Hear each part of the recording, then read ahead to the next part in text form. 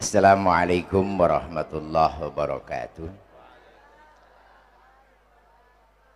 Alhamdulillahilladzi qad aujada min nurihi nuram bihi ammal huda sabaqal awalima fil wujudi bi asriha fal kullu minhu fil haqiqati mubtada. Asyhadu an la ilaha illallah wa asyhadu anna Muhammadan abduhu wa rasuluhu la nabiyya ba'da. Allahumma fassalli wa sallim wa karrim mu'azim ala sayyidina wa habibina wa syafi'ina wa maulana Muhammadin wa ala alihi wa sahbihi ajma'in. Amma ba'du. Para alim ulama, para asatizah yang kita muliakan, wabil khusus guru kita Kiai Haji Satiri, Ustazah Ahdillah, dan putra-putra beliau, ibu-ibu hadirin sekalian yang mudah-mudahan kita semua dimuliakan oleh Allah Subhanahu wa taala. Alhamdulillah, siang ini kita kumpul dalam rangka memperingati lahirnya manusia besar yang dibesarkan oleh yang maha besar. Dialah baginda Nabi kita Muhammad sallallahu alaihi wasallam. Mudah-mudahan nanti di yaumil qiyamah kita semua akan mendapatkan syafaatnya. Amin. Ya Rabbal. Bu, kata anak muda begini, kata anak, ceramahnya santai aja ya. Kata anak muda begini, kata anak muda, tak kenal maka tak sayang maka tak cinta. Bohong orang kalau belum pernah kenalan, belum pernah ketemu, belum pernah ngelihat, tahu-tahu demen. Aneh nggak kira? Ketemu belum, ngelihat belum, tahu-tahu demen, aneh nggak? Ibu pernah ketemu Nabi, ibu pernah ngelihat Nabi, lah kok bisa cinta? Ini aneh. Bu, jangan cinta sama nama Muhammad, bukan atur ribuan, bahkan jutaan. Kalau cinta sama nama Muhammad, orangnya kita nggak kenal, saya khawatir cintanya nyasar. Ntar yang lu demen bukan Muhammad Rasulullah, malah Muhammad tukang jengkol. Lah Muhammad doang. Ini intinya maulid. Ustaz, saya nggak pernah ketemu Nabi, nggak pernah ngelihat Nabi, tapi saya cinta kepada Nabi. Bagaimana supaya nggak kesasar? Ini intinya. Cara sederhana, pelajarin riwayat hidupnya jadi tahu. Riwayat hidup yang mana yang paling singkat dan lengkap adanya dalam kitab rawi yang sering kita baca. Wan sayangnya ibu-ibu di Tebet ama rawi mah pada apal, ngerti mah kagak. Ngaku lo, ayo lo. Bocor rawi ke orang paham banget pakai sedih-sedih. Ya Nabi. Malaikat lagi ketawain di belakang, tai leding. Bagaimana kita kenal Nabi yang kita baca kita nggak paham. Mestinya kita paham jadi kenal Nabi. Nabi Muhammad dengan Nabi Adam duluan mana? Nabi. Nah itu yang jawab Nabi Adam berarti baca rawi kagak ngerti. Nah udah jangan ngeles dah, udah ketahuan loh. Lihat kitab Saraf Al-Anam halaman 15. Itu ada hadis Nabi. Kata Nabi, kuntu nuran baina yadillahi azza wa jalla qabla ayakhluqa adam bi albaini ab. Kata Nabi, sesungguhnya aku ini Allah ciptakan 2000 tahun sebelum Adam. Bahkan rawi yang paling tipis, azab, itu bab muqaddimah. Itu ada kalimat fal kullu minhu bil haqiqati mubtada. Alam ini belum ada, nur Nabi udah duluan. Berarti kalau gitu Nabi Adam dulu apa Nabi Muhammad? Nabi Muhammad apa Nabi Adam? Tadi lu kata Adam. Belum tahu. Belum tahu ya? Udah berapa kali maulid? Dah. Ini dasar. Ya udah ngaji maulid aja ya. Biar pulangnya ada asarnya. Ceritanya bagaimana? Nih. Begitu Allah ciptakan nur Nabi, baru yang lain tuh, sorga, neraka, langit, bumi, tumbuhan. Yang terakhir dari 2000 tahun baru Nabi Adam. Begitu Nabi Adam sudah Allah ciptakan, jasadnya sudah ada, ruhnya belum ditiruk. Lihat lagi Saraf Al-Anam halaman 18. Itu ada hadis qudsi. Apa katanya? Huzmin tinatihim mim magani Gabriel Karim. Kata Allah, Jibril turun ke dunia. Cari segenggam tanah yang paling bagus di tempat yang paling bagus. Ibu bayangin dunia segini luasnya, Jibril suruh nyari tanah segenggam yang paling bagus di tempat yang paling. Itu Jibril turun ke dunia, takut nyasar, bawa Google Map. Takut nyasar. Dia turun ke dunia, dia cari itu tanah. Ternyata tanah dan tempat terbaik sedunia percis adanya di tengah-tengah Ka'bah, yang dulu belum ada Ka'bah. Itu sebabnya kita sholat ngadep Ka'bah. Makanya kalau orang nanya jawabnya gitu, kenapa lu sholat ngadep Ka'bah? Karena tempat tanah dan tempat terbaik sedunia adanya di Ka'bah. Begitu. Ini kadang-kadang kita ditanya orang kan bukannya jawab, kesel mengambek. Ngapa lu sholat ngadep Ka'bah? Emang dari sananya emang ngapa lu? Itu ngajak berantem namanya. Diambil itu tanah, kata Sarafal Anam, summa tafa fil ars, dibawa tawaf dulu. Nggak langsung diserahin Allah. Kenapa dibawa tawaf? Karena satu-satunya kerjaan wajibnya nggak boleh dikurangin, nggak kenal tua, nggak kenal muda, nggak kenal sehat, nggak kenal sakit, cuman tawaf. Sholat aja boleh rukhsah 4 jadi 2 rakaat, betul. Puasa aja lagi sakit boleh kagak puasa, tapi tawaf lu mau tua, lu mau muda, lu mau sehat, lu mau sakit, pokoknya 7.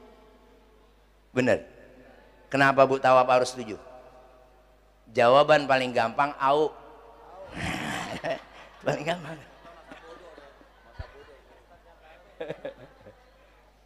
Kenapa tawaf harus 7? Bukan tawafnya orang Tebet Timur. Orang Tebet Timur ketahuan demen angka 7 dia mah. Kepalanya pusing 7 keliling. Minum obat aspirin bintang 7 lagi lihat. Lakinya mati 7 hari. Bininya bunting bulan. Dia cari kembang jerumpa. Dia cari air sumur 7 sumur. Hartanya berlimpah kagak bakalan habis dimakan. Emang lu demen angka 7?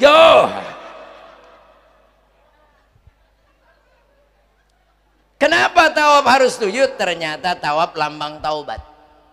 Maka siapapun yang tawaf pasti ujungnya doanya Rabbana atina fid dunya hasanah wa bil akhirati hasanah wa qina adzabannar. Kenapa? Tua muda sehat sakit pasti ketemu angka 7. Apa itu angka 7? Hari. Senin, Selasa, Rabu, Kamis, Jumat, Sabtu, Minggu. Lu tua, lu muda, lu sehat, lu sakit, pasti matinya di situ. Ayo. Ada yang bisa lari dari situ. Kalau nggak matinya Senin, Selasa. Kalau kagak Selasa, ya pasti di situ udah. Tapi kira-kira kita tahu nggak matinya hari apa? Pengen nggak mati husnul khotimah? Nah ini yang jadi masalah. Matinya nggak tahu hari apa, tapi pengen mati. Bisa nggak Ustaz? Lebih bisa. Saya bilang kagak bisa.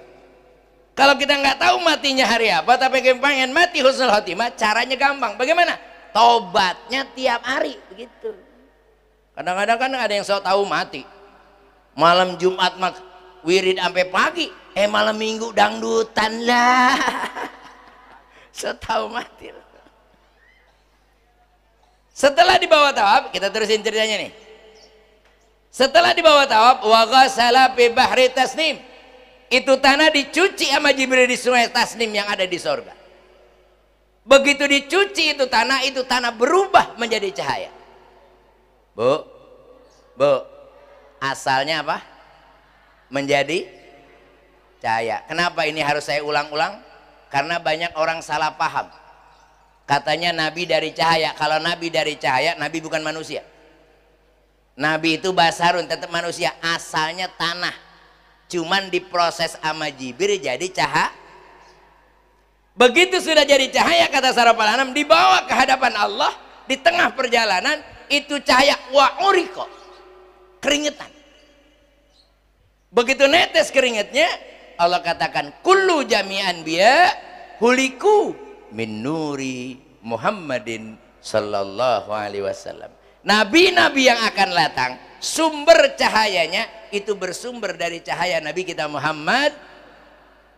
Makanya kita baca tuh selawatnya. Assalamu alaik Zainal ya assalamu alaik Atskal. Ada Bu Zainal Anbiya? Artinya? Pokoknya jenal dah gitu ya. Gampang ya. Dibawa ke hadapan Allah, dipertemukan nur yang 2000 tahun yang lalu dengan nur yang asalnya dari tanah. Ini yang sering kita baca rawi, namanya nurun ala nurin, cahaya bertemu cahaya, bukan cahaya di atas cahaya, karena nabi manusia tetap asalnya dari tanah. Begitu jadi satu ini tanah, lihat rawi di bawah, wa tusabbihullaha ta'ala dzalika nur wa tusabbihul malaikata bitasbih. Begitu cahaya jadi satu, itu cahaya tasbih, subhanallah wa la ilaha illallah wallahu akbar, subhanallah. Lagi sedang enaknya tasbih, itu nur Nabi Muhammad, Allah stop. Allah kumpulin seluruh malaikat yang ada di bumi sama yang di langit. Buat apa? Allah ingin perkenalkan cahaya yang istimewa ini. Lihat rawi di bawah, wa arada fakhruhu alal asya wa qala hadza sayyidul anbiya wa ajalul asbiya wa akramul habaib, Allahumma. Kata Allah, malaikat semua, ini cikal bakal pimpinan para nabi. 2000 tahun yang lalu saya tentukan wa akramul habaib, dia makhluk yang paling dicintai. Malaikat penasaran, pengen tahu. Lihat lagi riawi diba, qila huwa Adam. Ya Allah, kira-kira nur ini Nabi Adam. Qala Adamu unilu a'lal maratib. Apa dia Ibrahim? Bukan. Justru Nabi Ibrahim nantinya nggak mempan dibakar oleh Raja Namrud, karena dalam tubuh Ibrahim ada nur Nabi kita Muhammad. Begitu dibakar oleh Raja Namrud, Allah berfirman, ya naru kuni bardan wasalaman ala api. Adam, selamatin Ibrahim. Nah, ini ayat boleh diamalin sama ibu-ibu, karena ibu-ibu sering deket kompor. Begitu deket kompor, baca ini ayat. Nah, Ibrahimnya ganti sama nama ibu. Ibu namanya Ida. Ya naru kuni bardan wasalaman ala Ida. Pegang tuh kompor yang nyala, insya Allah angus. Baru wawado'a fi zahri Adam, barulah ditaruh di nur Nabi Muhammad, Nabi pundak Adam. Dari pundak Adam inilah pindah-pindah. Saya nggak ceritain, kepanjangan. Bait syairnya aja yang sering ibu baca. Tanakal tapi aslabi arbabi, hafal pada kaza samsu bi abrajiha wasir tasarian fi butunin. Tundur Nabi pindah-pindah sampailah kayahnya Abdullah. Bu, ngapa sih Allah pilih Abdullah sebagai bapaknya Nabi? Kok bukan si Udin? Kok bukan si Ucok ya? Bu, kalau Abdullah tidak punya keistimewaan, nggak mungkin jadi bapaknya Nabi. Kenapa? Nur Nabi ini bukan barang sembarangan. Kalau Aminah nggak punya keistimewaan, nggak mungkin jadi emaknya Nabi. Karena nur Nabi bukan barang sembarangan. Ayo, siapa yang bisa jawab? Kenapa Allah pilih Abdullah sebagai bapaknya Nabi? Yang bisa jawab? Udah berapa tahun Maulid? Selama ini ngapain aja? Ini pelajaran dasar. Kenapa Allah pilih Abdullah? Kata Syekh Nawawi dalam kitab Madarijus Su'ud, karena Abdullah itu pada usia 20 tahun sudah punya gelar namanya Misbahul Haram. Apa itu Misbahul Haram? Lampunya Masjidil Haram. Kenapa dapat gelar ini? Karena Abdullah orangnya ganteng, akhlaknya mulia, ilmunya banyak. Masih muda, ilmu banyak, akhlak tinggi. Ada yang di sini begitu?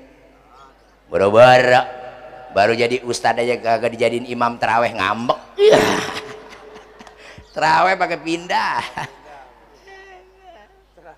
Itu Abdullah ganteng, saking gantengnya kata Syekh Nawawi, Itu Abdullah bu, kalau keluar rumah anak perawan pada keluar, ngarep dipilih.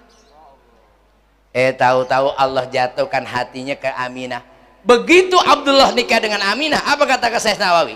Begitu Abdullah nikah dengan Aminah, 200 anak perawan mati mendadak gara-gara nggak dapat Abdullah. 200 mati bareng. Lah di Indonesia Ariel diuber-uber 2 cewek aja ngetop Ariel. Itu yang nguber-nguber cuman Luna Maya doang lah. Yang perawan bukan janda bukan tuh. Tahu aja nonton gua.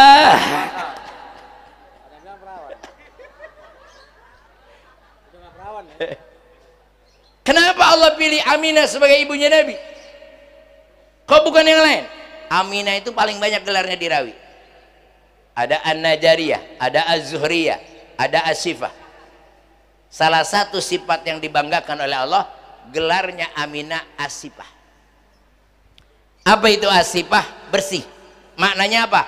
Dari nenek moyangnya sampai Aminah belum pernah terkena perzinahan. Kata Syekh Nawawi, jangankan zina, kecolek laki-laki yang bukan muhrim aja belum pernah. Kayak anak perawan sini. Anak perawan sini kata Ustaz tadi, alhamdulillah belum pernah dicolek lagi. Belum pernah Ustaz. Cuman kalau dibukain rada sering lah. Itu makan cendol nggak pakai kelapa, perut cendol nggak punya bapak itu mah.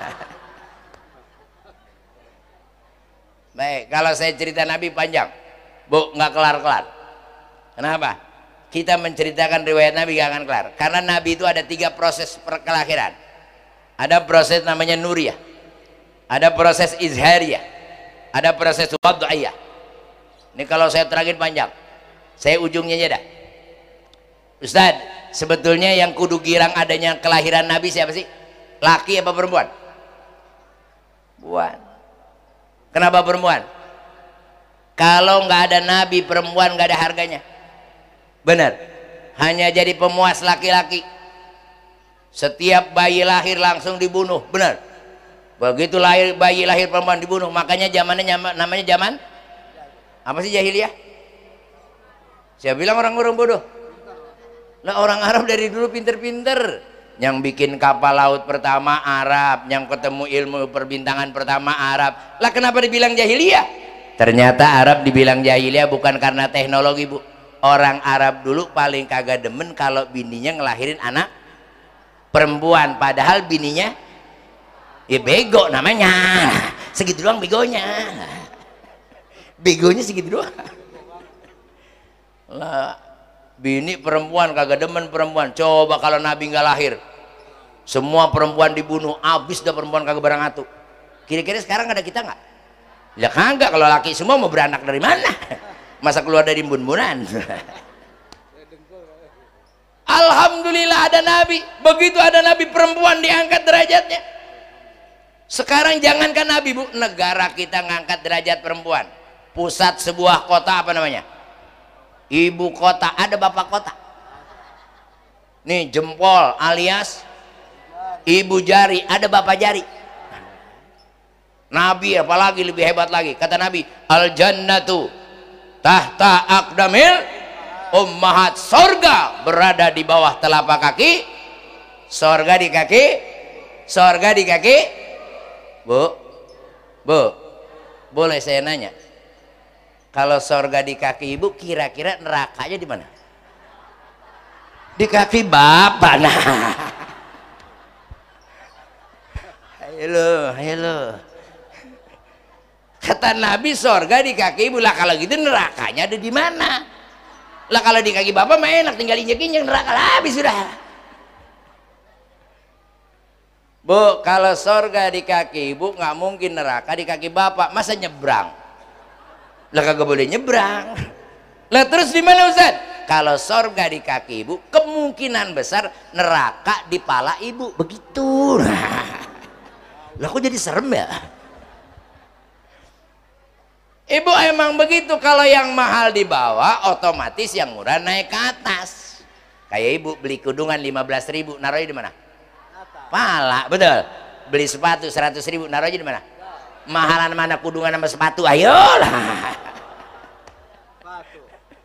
Kalau yang mahal di bawah, yang murah ke Kalau sorga di kaki bu, neraka di pala. Maksudnya apa?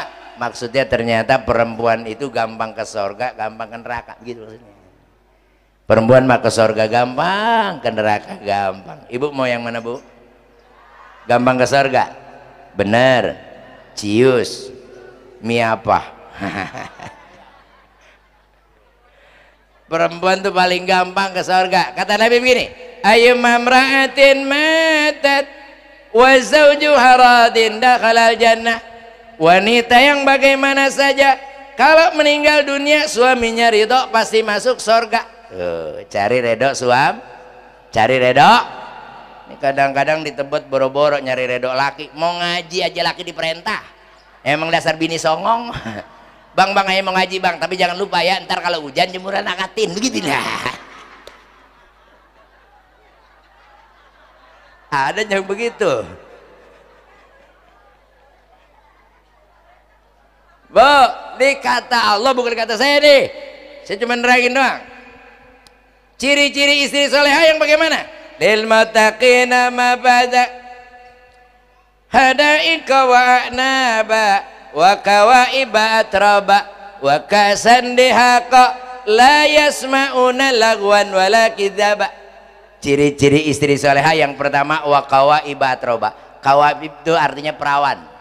Atrob mohon maaf buah dada yang baru tumbuh. Maksudnya apa? Istri yang soleha sekalipun sudah tua di hadapan suami bagaikan sweet 17.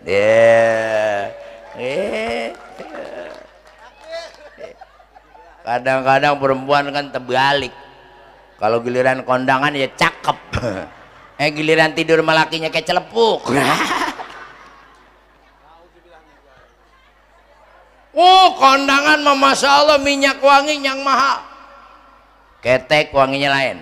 Ya, di badan wanginya lain. Mau kondangan, begitu lewat aja kondangan serbeng wangi banget. Kondangan itu mah. Giliran tidur sama lakinya masya Allah remason deblag di mana-mana. Kata lakinya mana yang gue cium pedes semua. Kadang-kadang ada bini yang kurang ajar, ketahuan mau tidur sama laki pakai autan lah. Begitu dicium sama lakinya mabok duluan lah.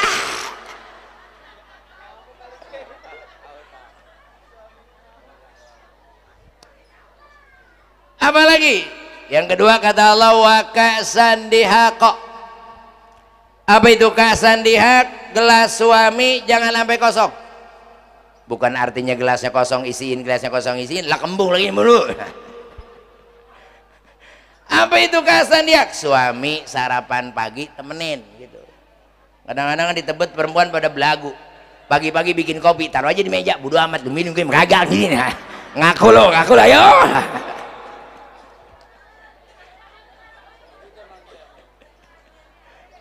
Ustaz ngapa belagu banget pakai ditemenin? Bukan belagu. Kalau ada bini kayak tadi bikin kopi langsung ditinggal, dilarang oleh Allah. Kenapa? Seolah-olah tuh bini menghina suami, makanya dilarang. Lo menghina dari mana? Ibu saya tanya dah, kalau ada kopi ada kue ditaruh di pojokan kemudian ditinggal, namanya apaan? Sajen. Sajen makanan siapa? Berarti suami ibu kurang ajar.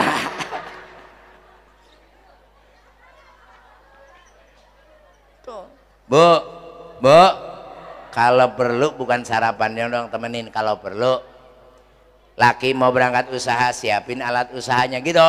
Begitu dia usaha senang rezekinya banyak kan balik lagi sama ibu, bener nggak? Laki ibu kerjanya di kantor, alatnya di tas, siapin tasnya begitu. Laki ibu petani ya pacul. Lah emang alatnya pacul, siapin paculnya gitu. Lakinya ansip ya pentungan gitu ya. Nah, tergantung alat. Begitu suami mau berangkat, Bu, antar sampai depan pintu, cium tangan suami, ibu jangan dulu masuk ke dalam sebelum suami berbelok gitu. Begitu suami mau belok nggak boleh langsung jalan, tatap dulu istri di rumah gitu. Begitu suami menatap istri di rumah, istri dari rumah kiss bye gitu. Saat belagu banget orang tebet pakai kiss bye, jangan salah. Kisbah itu ajaran Islam yang ditinggal oleh umat Islam. Yang ngajarin kisbay pertama Nabi Ibrahim. Ibu kalau pergi ke Mekah mau mencium Hajarul Aswad, jarak terlalu jauh nggak usah disamperin, cukup dari jauh, namanya istilam. Benar? Apa itu istilam? Kisbay. Hajar Aswad di situ, ibu dari sini Bismillahi Allahu Akbar, apa namanya? Kisbay. Suami ibu lagi neteng tas mau ke kantor, begitu dia nengok, ibu dari mana? Udah apa-apa. Itu kalau megang tas. Itu kalau megang tas. Nah kalau megang pacul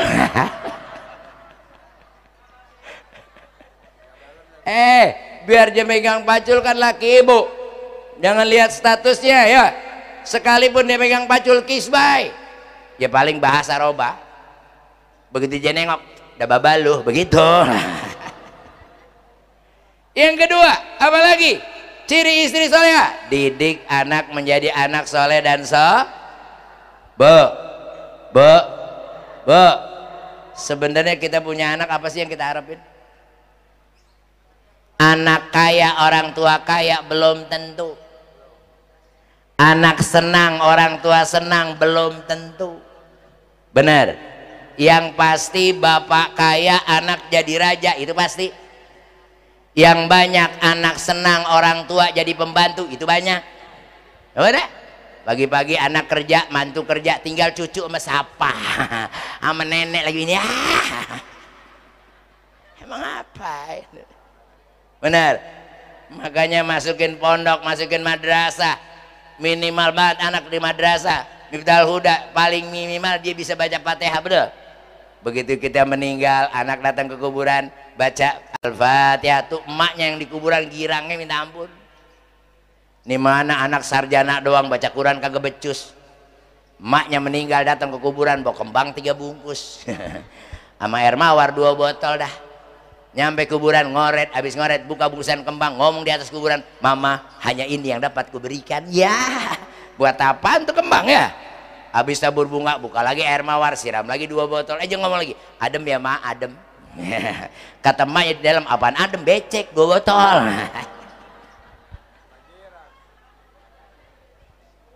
Ustadz, bukan nggak pengen punya anak soleh dan soleh, pengen banget, cuman susah. Bu, saya bilang bukan susah, nggak ada kemauan. Kalau ada kemauan pasti bisa. Contoh, nyak kita dulu di Tebet, emang pada sekolah madrasah? Kagak. Belajar Quran ngapal, tapi emang kemauannya tinggi. Ini kita anaknya pada bener ya. Sekarang emaknya sarjana, alia, SMA, emaknya pada punya pendidikan. Kenapa anak sekarang pada bandel? Dulu emak kita bodoh, kita pada bener. Kemauan. Di mana kemauan? Dulu emak kita kalau ngindung anak pakai selawat. La ilaha illallah hul malikul hakul. Masa Allah gimana kagak bener 3 bulan la ilaha illallah. Kadang-kadang sifat 20. Wujud kidam baka mukhalafatu. Wajar kalau gedenya pada taat sama orang tua. Orang masih orang wujud kidam baka. Sekarang ada yang begitu. Bagaimana anak sekarang mau taat sama orang tua? Masih orok dikejar-kejar mamanya.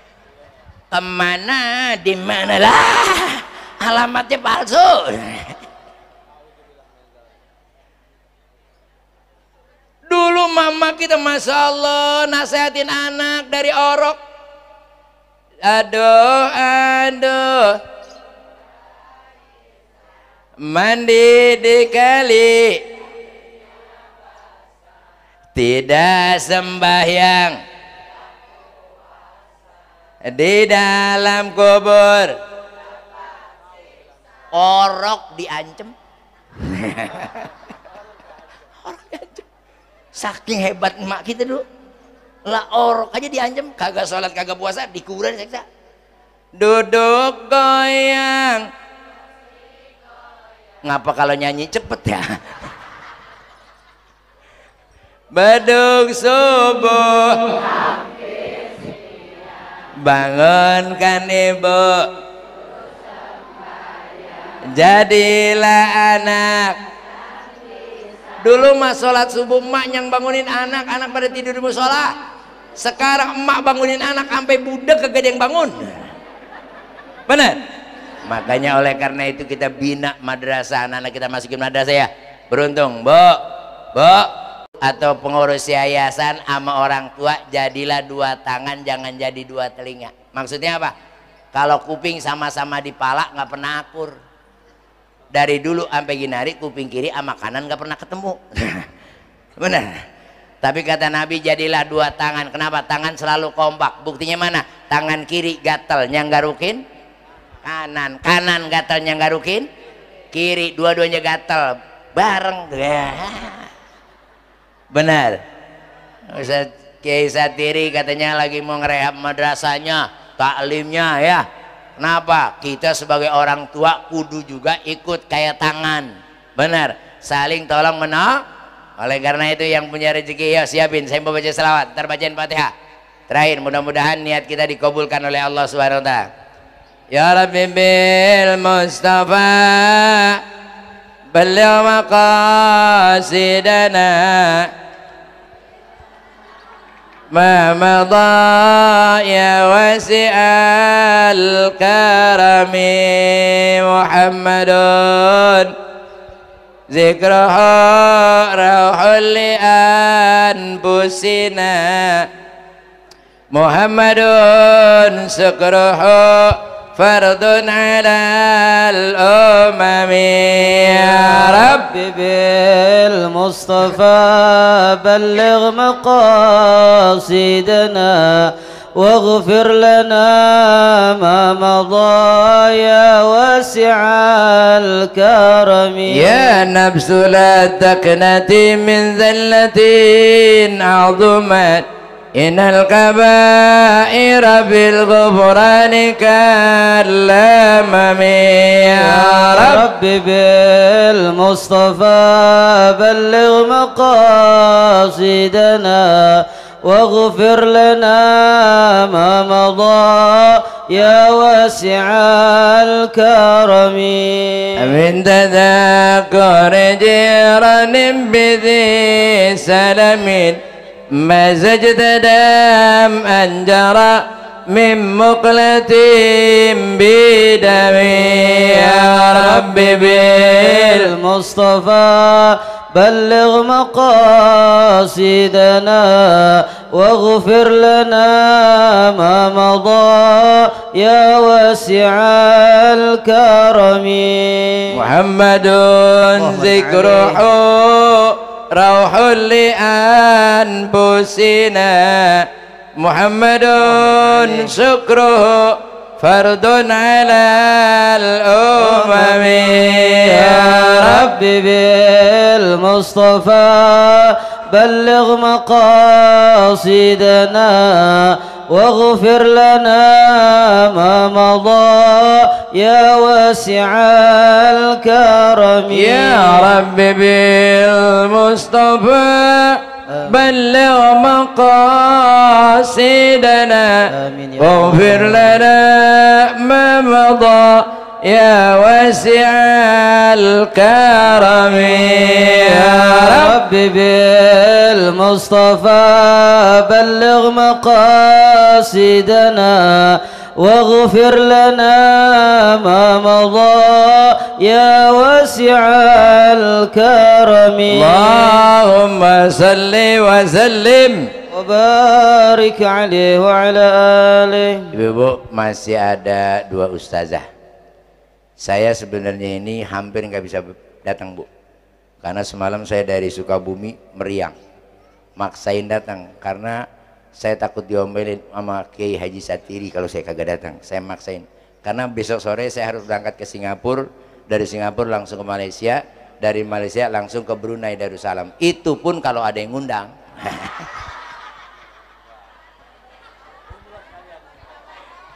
Saya rasa ini saja, kurang lebih mohon maaf. Assalamualaikum warahmatullahi wabarakatuh.